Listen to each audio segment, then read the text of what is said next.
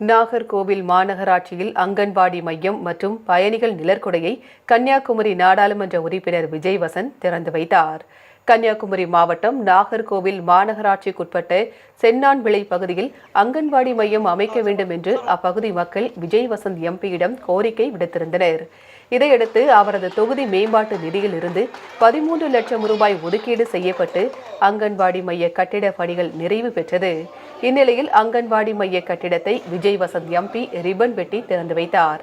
இதைத் தொடர்ந்து நாகர்கோவில் மாநகராட்சி 33வது வார்டு பகுதியில் 4 லட்சம் ரூபாய் மதிப்பில் அமைக்கப்பட்ட பயணிகள் நிழற்குடையை விஜய் வசந்த் எம்பி திறந்து வைத்தார்.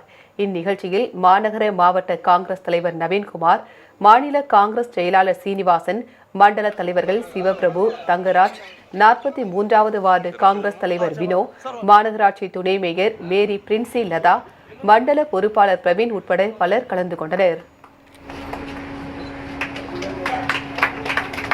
ரொம்ப நன்றி.